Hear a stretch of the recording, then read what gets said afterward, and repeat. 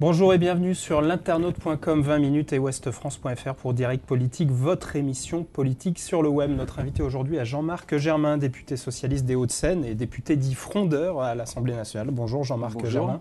Merci d'avoir accepté cette invitation sur notre plateau. David Blanchard, rédacteur en chef adjoint de 20 minutes et Michel Urvois, éditorialiste politique de Ouest France sont aussi avec moi. Bonjour messieurs. Bonjour. Ils vont co-animer l'émission. Je vous rappelle rapidement le principe. Vous avez un peu moins d'une heure pour réagir et poser vos questions pendant l'émission sous votre vidéo ou sur les réseaux sociaux #directpolitique.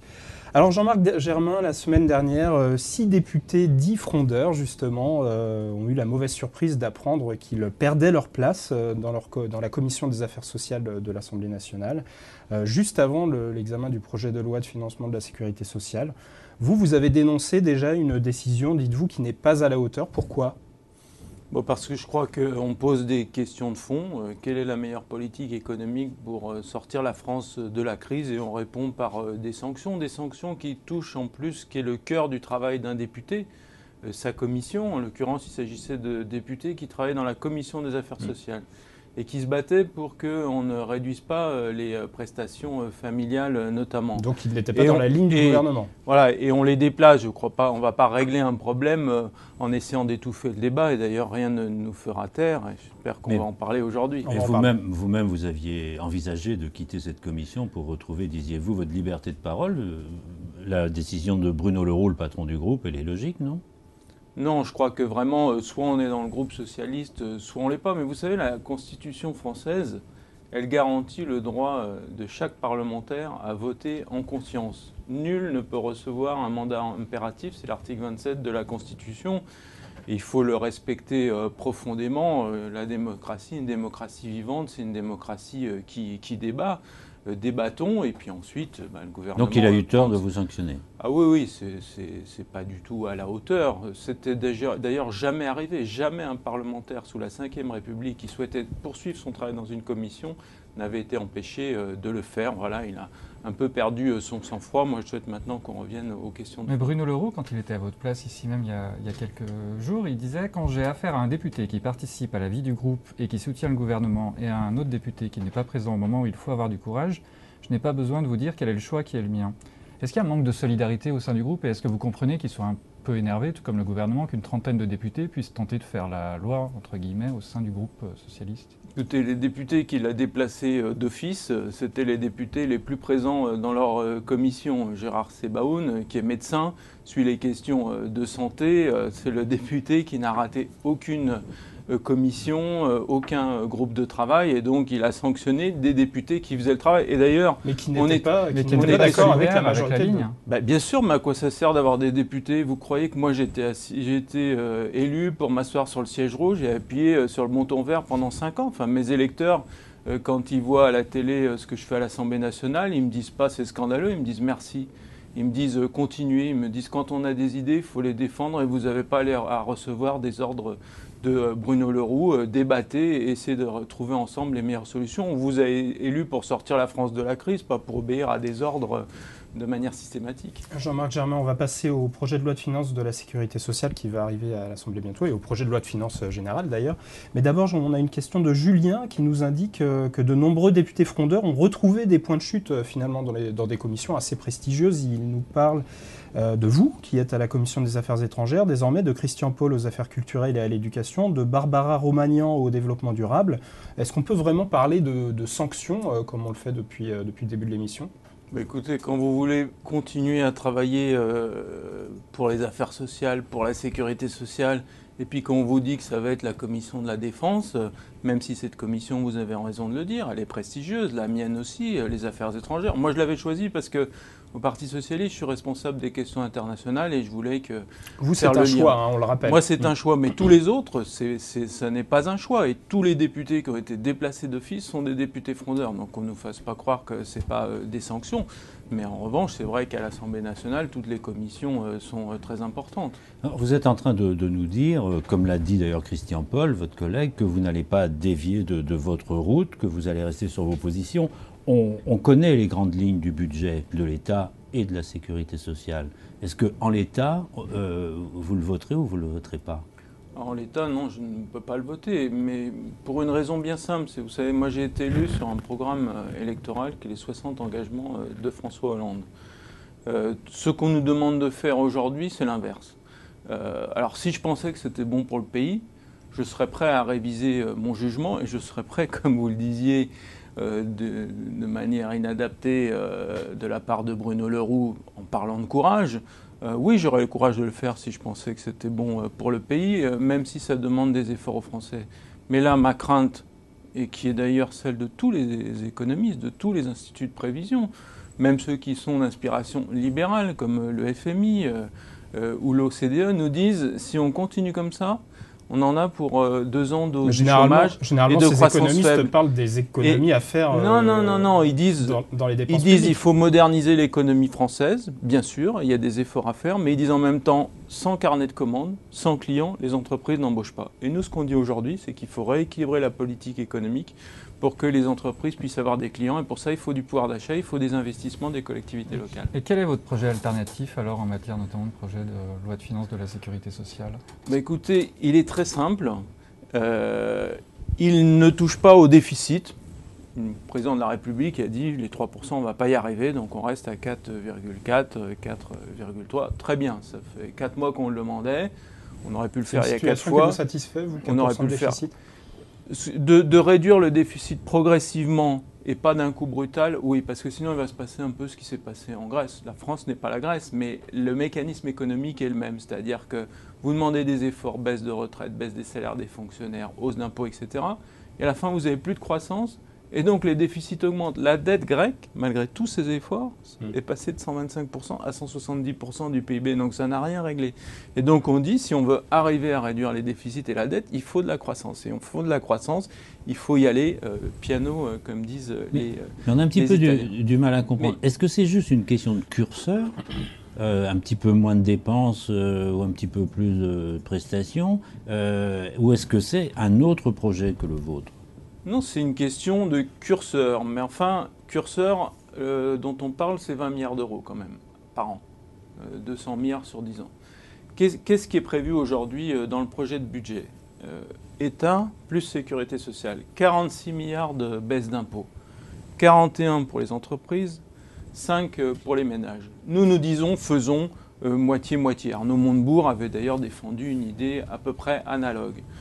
Vous savez, même s'il restait que 23 milliards entre guillemets pour les entreprises, ce serait 2 fois plus que ce qu'avait proposé Nicolas Sarkozy en son temps. Et si cet argent-là, ces 23 milliards, est concentré sur les entreprises qui en ont besoin, c'est-à-dire celles qui sont exposées à la concurrence internationale, et les PME, alors on pourra créer beaucoup plus d'emplois, on pourra améliorer beaucoup plus l'économie qu'avec tout cet argent, et avec le restant, on peut soutenir le pouvoir d'achat des ménages et les investissements publics. Alors, vous venez de parler d'Arnaud Montebourg. On a une question de Liliane qui vous demande. Benoît Hamon et Aurélie Filippetti ont fait leur entrée à l'Assemblée mardi, dit-elle. Montebourg, lui, a fait sa rentrée politique ce week-end. Qu'est-ce qui vous rapproche et qu'est-ce qui vous éloigne de ces ministres qui ont quitté le gouvernement justement parce qu'ils n'étaient pas d'accord avec la ligne? Et est-ce que vous espérez quelque part qu'ils vont rejoindre les frondeurs, comme on les appelle? Écoutez, ils ont déjà rejoint les frondeurs sur ce qu'ils disent, puisque dès le 17 juillet, d'ailleurs, Arnaud Montebourg a fait une grande conférence de presse, il était encore ministre de l'économie, et il a dit exactement ce que nous disons. C'est-à-dire, le sujet, c'est pas de dépenser plus, c'est les dépenses que l'on fait, de les répartir mieux entre les entreprises et les ménages, et pour les entreprises, de demander des contreparties pour être aussi efficaces avec moins d'argent. Donc Arnaud Montebourg dit exactement la même chose. Ce week-end, Benoît Hamon disait la même chose. Aurélie Filippetti, dans une interview à Mediapart, a dit la même chose. Donc, dans le gouvernement, ils sont devenus frondeurs, au sens où ils défendent la même politique que nous-mêmes. Et d'ailleurs, c'est la raison pour laquelle il y a eu un remaniement ministériel. Donc, on défend les mêmes idées. Et vous savez, ce qui est important maintenant, c'est que ce débat ait lieu dans l'opinion publique.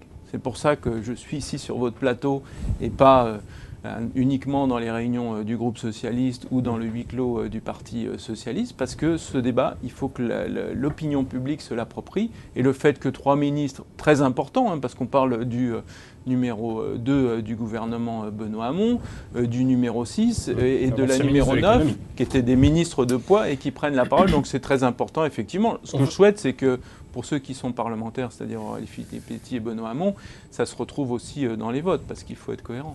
On va essayer de bien cerner vos revendications et par extension celles des fraudeurs en vous proposant un pour-contre spécial économie. On va prendre des économies qui sont proposées dans les 2 projets de loi de financement et vous allez nous dire si vous êtes pour ou si vous êtes contre. D'abord une question, un pour-contre qui nous vient d'un internaute. Marc, je ne comprends pas bien votre position, dit-il, dans la majorité mais contre Valls. Est-ce que vous êtes pour ou contre la réduction des déficits publics dans leur ensemble ? Oui, mais de manière modérée, c'est-à-dire qu'on ne peut pas passer immédiatement à 3%, sinon on casse la croissance, donc il faut faire 4,4, 4,3, 4, etc. Est-ce que vous êtes pour ou contre la baisse des aides à la garde d'enfants? Ça vient d'être annoncé dans le cadre du budget, qui va baisser de 20% pour les ménages les plus aisés.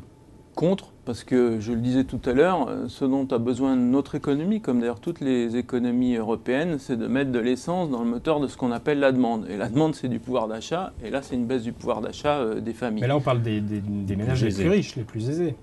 Oui, mais dans le projet de loi de financement de la sécurité sociale. Non, là, on est en train... Ce qu'on faisait jusqu'ici, notre politique familiale, elle était très claire. On disait 2 choses. On disait il faut que les femmes puissent avoir des enfants et travailler. Donc il faut développer les modes de garde, donc il faut que le congé parental qui était beaucoup trop long, on s'arrêtait 3 ans, empêchait de reprendre un travail. Donc on a réduit, on a équilibré entre les femmes et les hommes. Et puis on disait, les enfants des familles les plus riches ont plus que les enfants des familles les plus pauvres. Donc on a baissé le plafond du quotient familial, et on a remonté les aides des plus modèles. Ça c'était la politique qu'avait définie Jean-Marc Ayrault, et il l'avait fait en lien avec les associations familiales. Là, on prend des mesures qui ne rentrent pas du tout là-dedans, qui sont des pures mesures d'économie et qui vont tuer la croissance.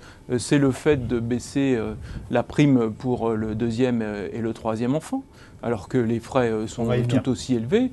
Et puis, c'est le fait de repousser de 14 à 16 ans la majoration des allocations familiales. Moi, je suis opposé à ça et je voterai contre. Est-ce que vous êtes pour ou contre le partage du congé parental, puisque le gouvernement compte faire des économies en permettant aux pères de prendre autant que la mère et en escomptant que les pères prendront moins de congés parentaux que les mères le font actuellement? Moi, je suis totalement pour. Le congé parental de 3 ans, c'est trop long parce que les femmes ne peuvent pas retrouver du travail. Donc, qu'il soit partagé à moitié-moitié, c'est une très très bonne chose. Est-ce que vous êtes pour ou contre la réduction des dépenses de fonctionnement des ministères, alors à la fois en termes d'emploi et de dépenses de fonctionnement? Oui, mais au peigne fin et pas à la hache. À la hache, c'était la méthode de Nicolas Sarkozy, non-remplacement d'un fonctionnaire sur 2, et puis ensuite, on fixe les économies avant de voir ce qu'on est capable de faire. Donc les 2 milliards 100, là, c'est trop. En tout cas, on ne doit pas partir du résultat. Par exemple, les économies qu'on fait au ministère de l'économie et des finances, vous savez qu'on supprime 2500 emplois par an dans l'administration fiscale qui comprend 300 000 personnes. Ça, c'est lié à quoi? C'est lié à ce que voient les Français. Votre déclaration d'impôt, maintenant, ça se fait sur Internet, la plupart de vos relations avec l'administration fiscale. Donc, on a fait des vraies économies. Et ensuite, il y a les baisses d'effectifs qui viennent. Les mauvaises économies, c'est ce qu'on faisait dans l'éducation nationale. On supprimait des profs, alors que les enfants ont de plus en plus de difficultés à acquérir les savoirs de base. Donc ça, c'était des mauvaises économies. Mais là, elle est sanctuarisée, l'éducation, dans le projet de budget. Oui. Donc moi, je suis pour que... Et c'est ce que font d'ailleurs les collectivités locales, c'est ce que fait l'État. Moi, vous savez, j'étais directeur des services de la mairie de Lille. Tous les jours, je cherchais comment faire des économies.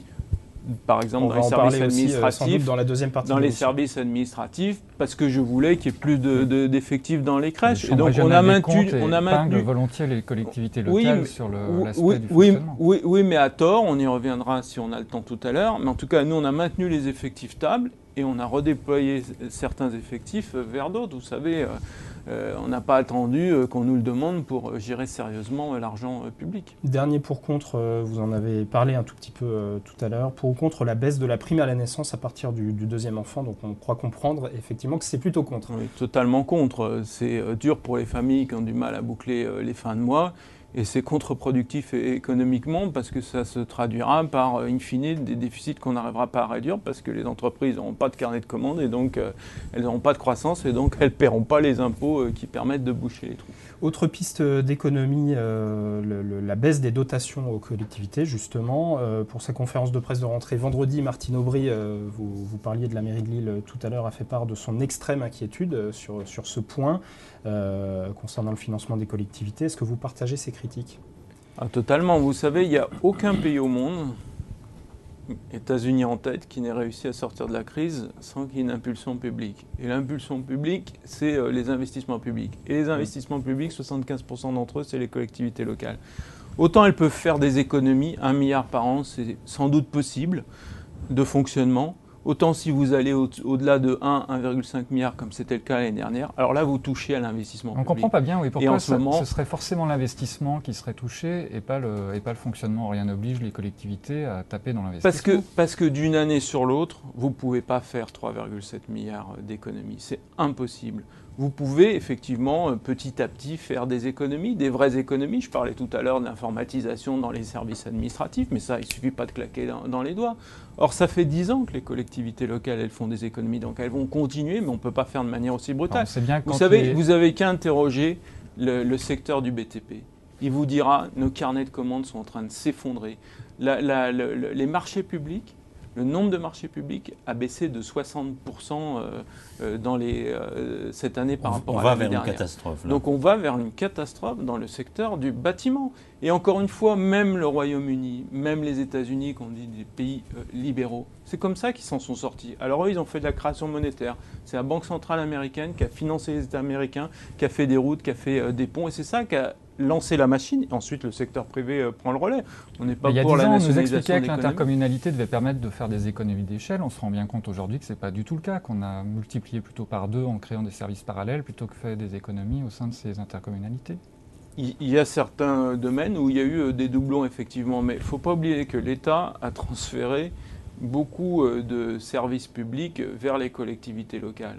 Je regardais le rapport de la Cour des comptes d'hier. On nous dit que les dépenses augmentent dans les collectivités locales. Mais je vous prends par exemple une décision que prend le gouvernement. Il a décidé d'augmenter les fonctionnaires de catégorie C, les catégories les moins bien payées de la fonction publique. Ces catégories C, elles ne sont pas dans l'État.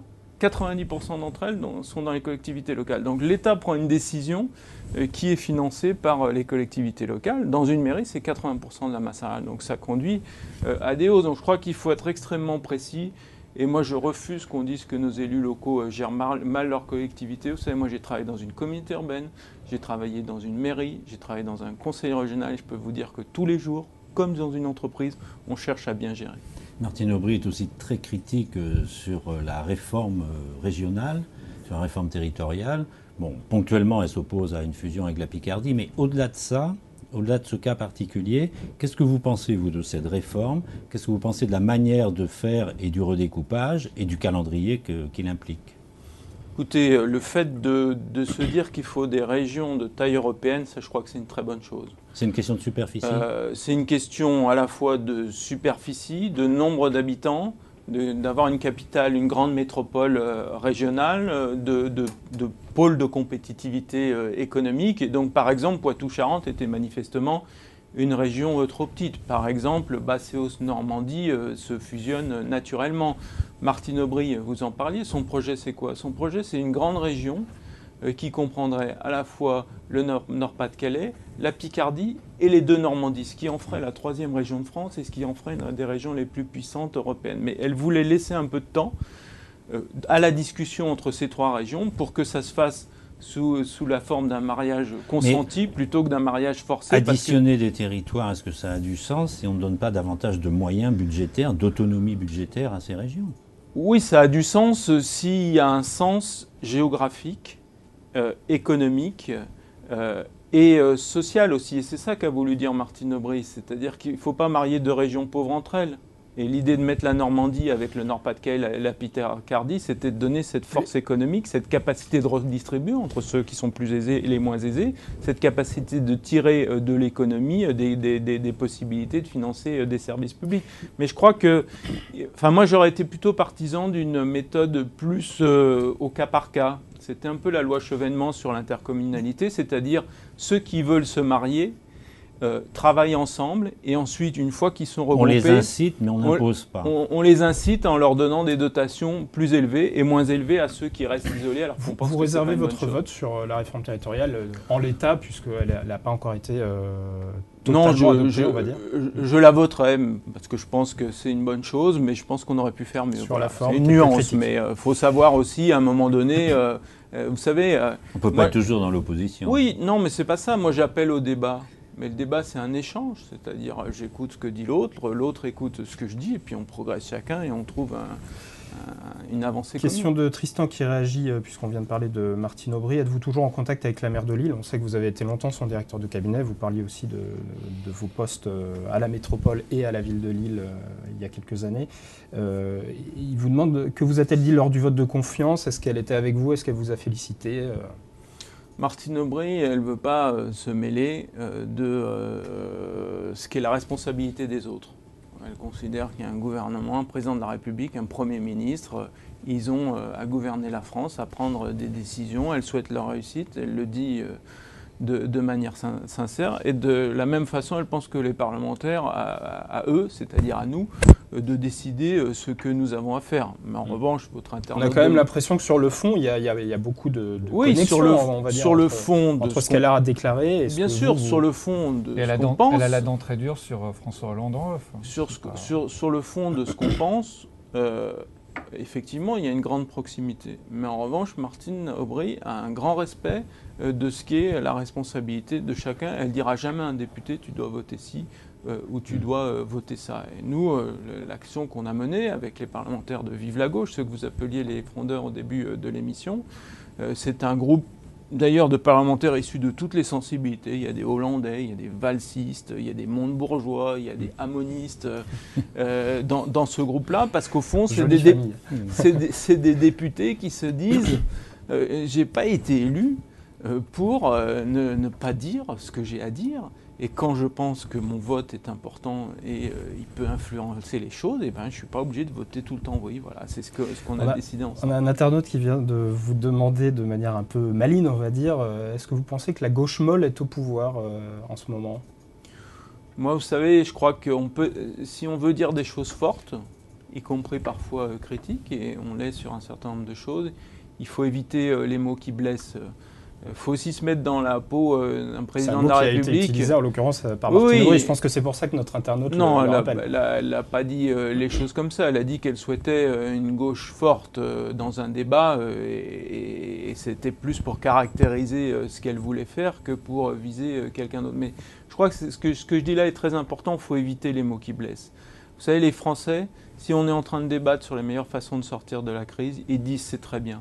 Si on est en train de s'envoyer des petits mots à la figure, alors là, c'est tout ce qu'ils rejettent en politique. Et on peut dire, voilà, disons des choses fortes, sans tabou, sans rien cacher, mais évitons ce genre de qualificatif. Parce que j'ai pas, vous m'avez coupé, mais j'étais en train de dire la vie d'un président de la République ou d'un Premier ministre, c'est difficile, vous savez, de 8h à 9h. On l'a entendu, effectivement. Oui, mais c'est des décisions lourdes. Quand vous avez à décider s'il faut envoyer des armes ou pas en Irak ou en Syrie, quand vous avez envoyé des soldats en Mali et que certains, malheureusement, sont tués sur un théâtre d'opération et que vous enchaînez ce genre de décisions toute la journée, c'est des décisions lourdes. Et c'est pour ça que nous, on plaide, on y reviendra peut-être, mais pour un changement de notre système institutionnel, parce qu'il y a trop de responsabilités qui sont mises sur les épaules d'un seul homme. Ça fait que les décisions, elles sont moins collectives, donc elles sont moins bonnes, parce que l'intelligence est collective.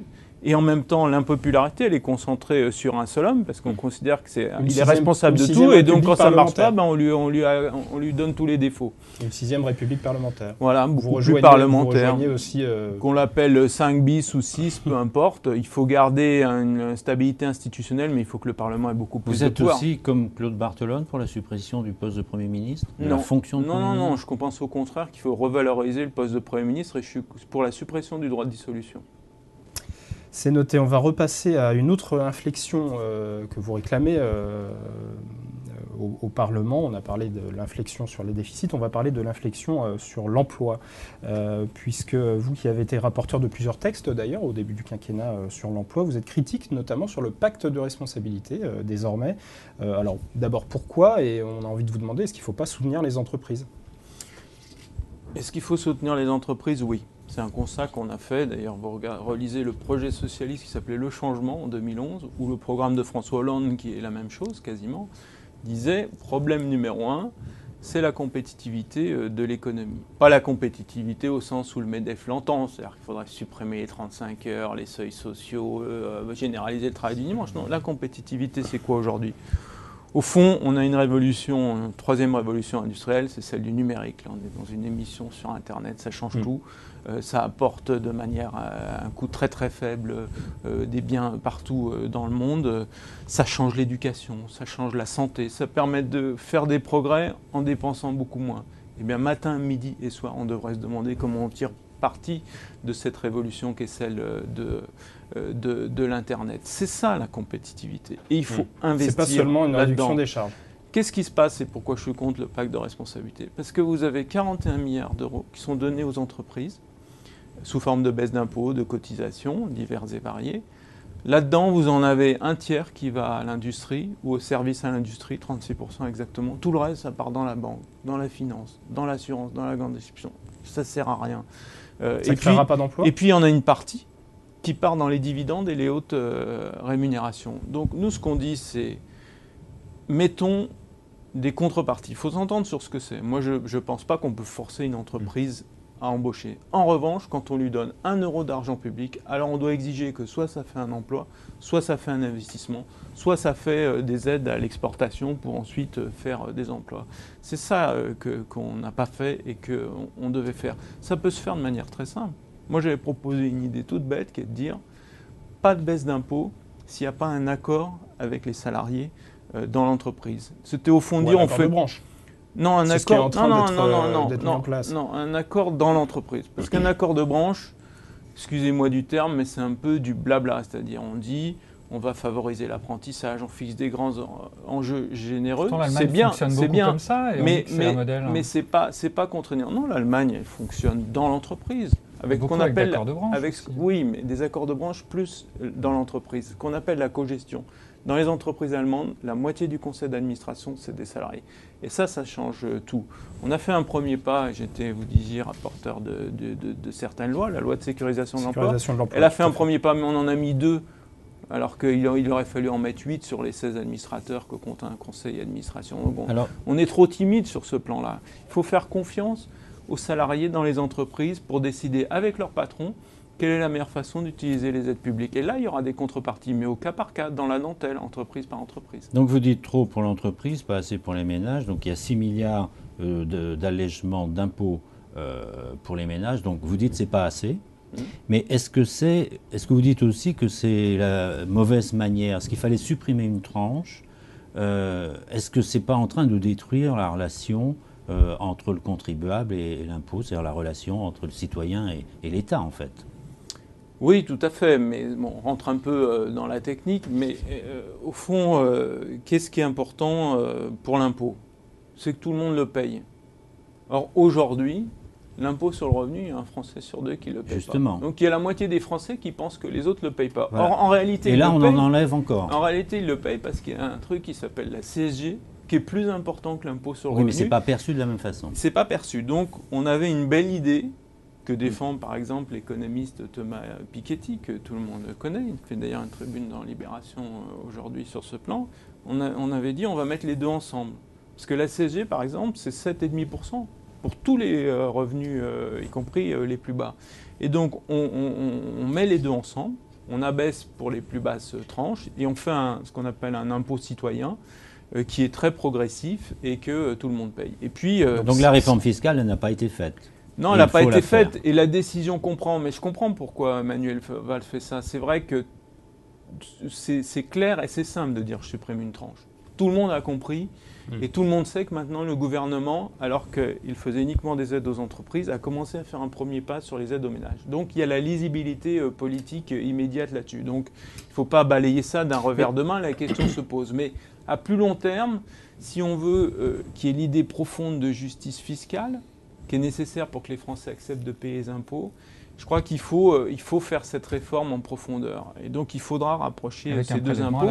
Et donc, vous me demandiez ce que j'allais faire dans les budgets de l'État et de la Sécurité sociale. Je défendrai un amendement pour que la CSG soit rendue progressive. On va baisser les taux les plus bas. C'est 7,5 pour tout le monde. On commencerait à 5, 5,5, etc.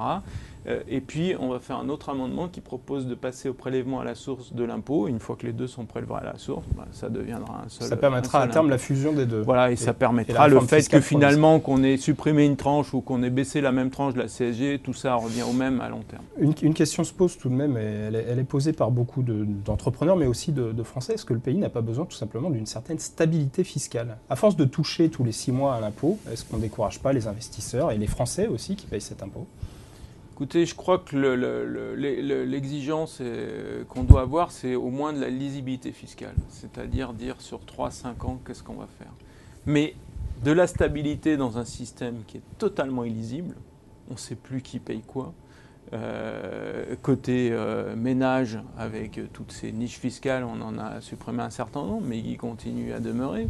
Ou côté entreprise, quand on pense que les grands groupes, ils payent 8-10% d'impôts, les groupes du CAC 40, alors que les PME, on paye 33%, alors que c'est censé être le même taux pour tout le monde. Donc, la stabilité dans quelque chose qui est devenu totalement illisible et qui fait qu'il y a un refus de payer l'impôt, quasiment maintenant ce qu'on appelle des frondes. Là aussi, il y a des frondeurs, des frondes fiscales.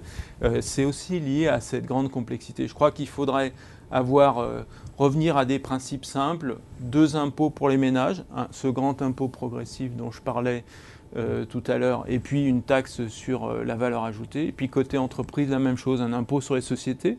Je propose moi d'ailleurs qu'il soit modulé en fonction des bénéfices réinvestis. Celles qui réinvestissent l'argent que les richesses créées dans l'entreprise, dans l'économie française, paient moins que celles qui versent les dividendes. Et puis de l'autre côté, une cotisation à la valeur ajoutée. Alors il y a une autre question qui fait débat, c'est celle de la prévision de croissance du gouvernement. Pour l'instant, elle est à 1%. Tous les indicateurs, notamment l'INSEE, prévoient que ça sera moins, ça sera beaucoup plus près de 0. Est-ce que pour vous, le gouvernement, et donc François Hollande, est trop optimiste ? Et puis la question derrière, c'est est-ce que ce n'est pas aussi cette façon de surestimer systématiquement la croissance qui entraîne une décrédibilisation de la parole du gouvernement pour les Français ? Je ne crois pas qu'on peut faire ce procès au gouvernement parce qu'il s'est borné à prendre à 0,1-0,2% près les prévisions que donnaient les économistes, que donnait d'ailleurs la droite dans ses programmes électoraux en 2012. On avait pris exactement les uns comme les autres les mêmes prévisions. Non, je crois que la question, elle n'est pas statistique, elle est économique. C'est-à-dire que moi, ce que je souhaiterais, c'est que le gouvernement se rende compte que tant qu'il n'y a pas cette réorientation de la politique économique, c'est les politiques qu'on mène qui fait qu'il y a moins de croissance que ce qu'on prévoyait spontanément. Parce que en face de cette politique d'offres que l'on fait, et il n'y a pas les clients. Les clients, il faut, j'ai dit comment, en triplant l'effort pour les ménages et en créant un fonds d'investissement pour les collectivités locales, on arrivera à faire que la croissance revient. Et puis, il y a une action à entreprendre au plan européen. Donc, pas de salut sans le retour de la croissance. Ah, c'est clair, et tout le monde le dit. Vous savez, moi j'ai bien lu la tribune du président de la République du 20 août qu'il a donnée au Monde. Il dit le problème majeur en Europe, c'est la demande. Donc, la France étant un pays qui représente 20% de l'Europe, est-ce qu'on pourra retrouver des taux de croissance semblables à celles des 30 Glorieuses, par exemple ? On a quand même des gens aujourd'hui qui disent qu'on doit s'organiser ou préparer des budgets, par exemple des budgets de l'État, en se basant sur une croissance zéro et que c'est possible. On a M. Larouturou, avec lequel vous étiez en débat il n'y a pas si longtemps, qui lui n'est pas loin de penser de cette façon-là. Je dirais les deux, c'est-à-dire que je pense que, je le disais tout à l'heure, l'Internet, le numérique, ce qu'on appelle l'Internet des objets connectés, Jérémy Rifkin vient de sortir un très beau livre sur le sujet, c'est l'équivalent de la machine à vapeur ou de l'électricité. Donc on va avoir une période de croissance très forte. Mais la question, c'est que pour en bénéficier, en France, il faut investir dans toutes ces filières du numérique, et on ne le fait pas. Donc il faut continuer à miser sur la croissance. Pendant qu'on verse 41 milliards d'un côté, dans les pôles de compétitivité français, quand il faut mettre 1 million d'euros, on est obligé de pleurer pendant des mois. Donc je crois qu'il faut rééquilibrer tout ça. Mais en revanche, je pense qu'on ne doit pas tout miser sur la croissance. C'est-à-dire qu'on doit aussi se préparer à ce que, quel que soit le niveau de croissance, on soit capable de créer des emplois et d'assurer le plein emploi. Et puis, il faut évidemment avoir une préoccupation écologique, parce que si notre génération ne se préoccupe pas de ça, le réchauffement climatique aura lieu. Et là, je peux vous dire que le coût économique, social et environnemental sera désastreux. Jean-Marc Germain, on va passer à la dernière séquence de l'émission, les 5 dernières minutes. Ce sont les questions d'actualité. On prend une actualité, on vous demande de la commenter. C'est David qui commence. Et on commence avec Juppé, Sarkozy, qui reprennent un peu le flambeau à droite ou qui tentent de le prendre. Quel est selon vous l'adversaire le plus redoutable des deux? Écoutez, moi j'ai un principe, c'est de ne pas choisir l'adversaire et notre adversaire, mais j'ai regardé un peu les deux. Je trouve que sur le plan économique, et je pourrais rajouter d'ailleurs François Fillon, ils sont totalement dépassés, c'est-à-dire qu'ils sont en train encore de ramener les vieux débats du XXe siècle. Vous vous rendez compte que le travail du dimanche et le repos dominical, c'était il y a un siècle. Les lois Auroux, les seuils sociaux, c'était il y a 30 ans. Les lois Aubry, c'était il y a 17 ans. Enfin, occupons-nous du numérique, de l'écologie, puis de la fracture territoriale, parce que je crois qu'il y a un vrai problème de ce que Axel Kahn appelle de sécession d'un certain nombre de territoires qui se sentent complètement abandonnés. C'est ça la modernité. En revanche, sur le plan sociétal, je trouve qu'Alain Juppé est beaucoup plus moderne, beaucoup plus ouvert. Et donc je pense qu'il y aura un débat démocratique beaucoup plus noble et beaucoup plus sain si c'était Alain Juppé. Moi, je souhaite que le débat se porte à ce niveau-là. Donc vous avez vu, j'ai une petite préférence quand même. Petite préférence pour la qualité du débat public. Assez net. Pour la qualité du débat. Voilà. Jeudi 2 et vendredi 3 octobre, Pierre Moscovici a été malmené à Bruxelles où il présentait ses projets devant le Parlement européen sur la question des déficits notamment. Est-ce qu'il est l'homme de la situation à Bruxelles pour dire on va réduire les déficits dans toute l'Union européenne alors que quand il était ministre de l'économie, les déficits ont plutôt eu tendance à augmenter? Écoutez, moi, j'aurais été président de la République, j'aurais pas mis un Français à ce poste-là. Enfin, j'aurais pas défendu l'idée qu'il y ait un Français, parce que vous imaginez s'il y a un Français qui a sanctionné la France sur des déficits qui résultent en partie par l'action que ce ministre a menée. Donc, il pourrait aussi infléchir la politique européenne. Je ne veux pas du tout parler de l'homme Pierre Moscovici, mais la situation dans laquelle il se trouve est quand même un peu ubuesque. Et puis, il pourrait essayer d'infléchir la politique et d'aller dans votre sens, c'est-à-dire réduire les déficits. Oui, mais vous voyez bien qu'il va être conduit à faire le contraire pour montrer que c'est pas parce qu'il est français qu'il favorise la France. Donc tout ça est absurde, d'autant que là-dessus François Hollande mène un combat qui est très juste. C'est que moi j'ai voté ce traité constitutionnel à regret parce que je pense qu'on n'a pas besoin de se lier les mains. Mais enfin ce traité il dit ce qui compte c'est pas le déficit au jour le jour, c'est les efforts qu'on a fait. Les efforts, on a fait 30 milliards d'impôts supplémentaires et on les fait sur la fonction publique, sur la réforme territoriale. Le chiffre à la fin. Donc ne nous embêtez pas tous les jours avec ce 4-4-4-3 puisque le traité dit ce qui compte c'est le structural et pas le conjoncturel. Donc il faut se battre pour avoir cette application du traité. Et pourtant le budget de la France risque d'être sanctionné. Oui, ce qui est une honte. Moi, je n'ai pas voté un traité qui permet la sanction de la France. Autre sujet, on en vient au week-end, qui a été marqué par une nouvelle manif pour tous. Comment on sort de cette situation? Parce que la logique de la loi Taubira aboutit à autoriser, enfin d'ailleurs il y a une circulaire qui le prévoit, à autoriser indirectement la GPA et la PMA. Comment on en sort? Il faut adapter la loi Taubira? Il faut adapter la législation dans les autres pays? Comment on fait? D'abord, je crois qu'il faut expliquer un peu les choses, parce qu'on n'y comprend plus rien à ces choses-là. En France, la PMA, ça existe, c'est pour les couples stériles. C'est l'insémination artificielle. Moi, ce que je souhaite, les socialistes ont défendu ça depuis 5 ou 6 ans, c'est qu'on puisse étendre cette fécondation in vitro aux couples de femmes homosexuelles, et pas simplement aux couples stériles. La GPA, c'est tout à fait autre chose, parce que la GPA, ça implique une tierce personne.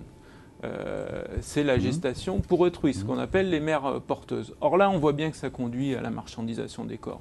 Dans tous les pays où ça s'est fait, même aux États-Unis, alors même qu'il y a quand même des contraintes très fortes. Par exemple, il faut que les femmes aient eu d'autres enfants.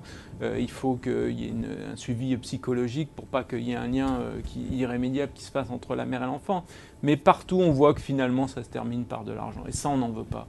Et à droite comme à gauche, on est très clair. Mais en même temps, si ça existe dans d'autres pays, et c'est leur droit souverain, alors quand il y a des enfants qui sont faits à l'étranger et qui reviennent sur le sol français, moi jamais je laisserai abandonner un enfant. Jamais je refuserai qu'il puisse avoir une mère, un père, deux pères ou deux mères. Parce que là, c'est l'intérêt de l'enfant. Donc moi, il faut être très clair. Moi, je suis pour qu'on accorde le droit à ces enfants d'être reconnus pour leurs parents, et puis qu'ensuite, on porte notre valeur, qu'on porte ces débats au plan international en disant attention à la marchandisation des corps. On passe à lundi. Manuel Valls, qui est allé à Londres pour protester contre le French bashing, il a dit notamment « My government is pro-business ». Qu'est-ce que ça vous inspire, ce genre de déclaration ? écoutez, voilà, il va nous le faire dans toutes les langues, on a compris le truc. Moi, je trouve que le président de la République, le Premier ministre, aille avec des entreprises françaises pour signer des contrats dans d'autres pays, c'est une bonne chose. En revanche, à force de dire j'aime les entreprises, j'aime les entreprises, on va faire passer l'idée que c'est le contraire, ou alors que les autres, les Français n'aiment pas les entreprises, mais il y en aura un seul qui les aimerait. Je crois que tout le monde considère qu'il n'y aura pas de redressement économique sans les entreprises, qu'il n'y aura pas de baisse du chômage durable sans les entreprises, mais les entreprises, c'est les patrons, c'est les salariés, puis c'est aussi l'État, les collectivités locales qui investissent dans des logements. Donc il faut avoir une vision beaucoup plus large, et puis il faut aimer tout le monde dans la vie, pas simplement les business. Jean-Marc Germain, on n'a pas eu le temps de parler de l'actualité parlementaire de cette semaine. C'est le projet de loi relatif à la transition énergétique. Tout simplement, pour finir l'émission, est-ce qu'il est à la hauteur des enjeux, ce projet ? En tout cas, il est ambitieux et c'est une très bonne chose dans ses objectifs. Après, on en revient au début de notre débat, c'est-à-dire qu'il faudra que les moyens budgétaires suivent. Vous savez, 5,8% de baisse pour l'écologie, dans le budget 2015. Je parlais du numérique, mais l'écologie, j'aurais pu dire la même chose. On est dans une période de l'histoire où, en réalité, il faut investir massivement pour en tirer des bénéfices qui seront énormes, qui baisseront les déficits, qui apporteront de la croissance, des emplois et de la préservation de la planète. Or, avec ces critères un peu stupides des 3% à Bruxelles, on s'impose justement de ne pas investir. Donc on regarde le train passer, le train des États-Unis, le train de la Chine, le train du Brésil, le train de la Russie, et nous pendant ce temps on dit bah non, faut pas investir, faut pas investir. Franchement, c'est la machine à vapeur, c'est l'électricité, il faut en tirer tout le potentiel, mais il ne suffit pas de claquer dans les lois, il faut y mettre des moyens pendant quelques temps, et moi c'est ça que je veux défendre politiquement. Ce sera le dernier mot de cette émission. Merci Jean-Marc Germain d'être venu sur ce plateau nous présenter vos points de vue. Merci David, merci Michel. Merci à vous de nous avoir suivis. Je vous donne rendez-vous évidemment la semaine prochaine, même heure, même endroit, pour un nouveau Direct Politique. Et d'ici là, restez connectés.